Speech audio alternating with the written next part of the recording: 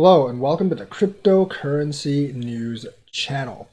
This is going to be a speculative video. It's going to make a lot of assumptions, so don't take it to the bank, but we're going to talk about Vechain and why it might have the ingredient for the next big thing and why it might pump in a couple of months outside the VTHO burn and all that stuff. But it does have a little bit to do with the VTHO burn. Right now, we know that all the hot stuff has to do with DeFi. Now, Sunny Lou has made a conscious decision to not get into the DeFi boom. So that's bad for people who are going for short-term profits because VeChain's not going to benefit from that. But it might be better in the long term because we all know DeFi is a bubble and most of those things are basically just complete shams. But it might have the ingredients for the next big thing after DeFi, and that is NFTs or non-fungible tokens, especially in games. I think gaming on the blockchain is going to be pretty huge. And coins like Engine, Mana, and others, and maybe even Player that actually do NFTs are going to be very big. Now, the problem with this is that many games are going to create their own blockchain and their own NFTs. So the ones that can actually be really big are going to be the ones that actually have games that have already created NFTs on them. And bingo, that's where you have VeChain, you have VimWorld and Vulcanverse. Now, we've been talking about VimWorld and Vulcanverse. We know that for VimWorld, the Vims have been selling like hotcakes and people are buying them for way more than they're actually worth. It has to be seen how popular the game actually is. I do remember back in Japan, like 10 years ago, some dude bought a couch for a game for like $15,000 online, which is the price of like 10 couches in real life. And he actually sued a company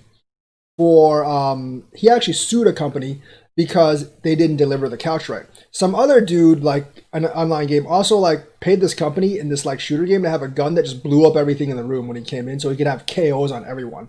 I think that's pretty stupid because it takes all the fun out of the game. But he paid an enormous amount of money to that company for that special gun. So people are willing to pay like huge prices for special items, and they might pay huge prices for special Vims in game. Same thing with Vulcanverse coming up. Vulcanverse is going to be like a lot of like Mana a lot, and we know how much that land in Mana or Decentraland is actually worth, and we know that like from what I've seen from Vulcanverse, it's going to have much improved graphics. So VeChain is not only going to be in the gaming market, but it already has two games that have created one game that's created like a very popular NFT and another game that's in development that's going to launch in October that's going to create another NFT. Now, what are all these things going to do? They're going to burn a lot of VTHO because they're going to use VTHO as the underlying instrument. Now, just the FOMO from being a VeChain powered game, if these games get really popular, if people are like speculating on these NFTs, it might not be great for the market in the long run because anytime there's a speculation bubble, there's a speculation bubble pop, and eventually that will cause the price to somewhat collapse. But at least when the price is going up, it will actually affect VeChain. And the thing is, aside from that, it will burn VTHO like crazy, and that actually might have FOMO into utility use. It'll also provide liquidity for VTHO.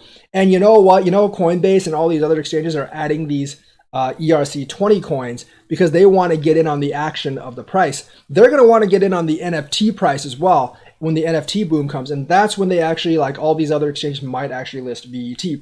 So it'll have a triple threat pump from the FOMO from the NFT themselves, the fact that they're directly burning VTHO, and that's kind of a mechanism like Ethereum gas, except that VeChain can actually handle transactions unlike Ethereum. And also, they're going to have the exchange listing pumping it too. So they have that triple threat of pumps that might be coming up in the next month, not in the next month, in the next couple of months or in the next couple of years, if NFTs actually get kind of hot. And like with all the popular games like World of Warcraft and all that stuff, like it wouldn't surprise me if there were new games that actually tokenize everything, use NFTs, and like several games on VeChain come up and burn VTHO. So right now I'm looking at Vulcanverse and VimWorld, but there could honestly be several others that actually come, and that could be the secret sauce to have that triple threat pump for VeChain in a couple of months. And that could actually FOMO the price to 3-4 times what it is right now. Yeah, it's still going to be under 10 cents if Bitcoin doesn't pump, but that's a great ROI, especially for an established project. Obviously, they still have their enterprise adoption, but like from what I've seen from DeFi, people are looking for these FOMO segments to actually FOMO into certain things to give them short-term profits, and VeChain might benefit from that next wave after DeFi because Sunny Lou has basically said we're not going to really get into yield farming right now, and we're not going to get into DeFi. He still might do that if it gets like too attractive, but for right now, they're not into yield farming and DeFi, so you might have to wait until the NFTs, and that could be the next wave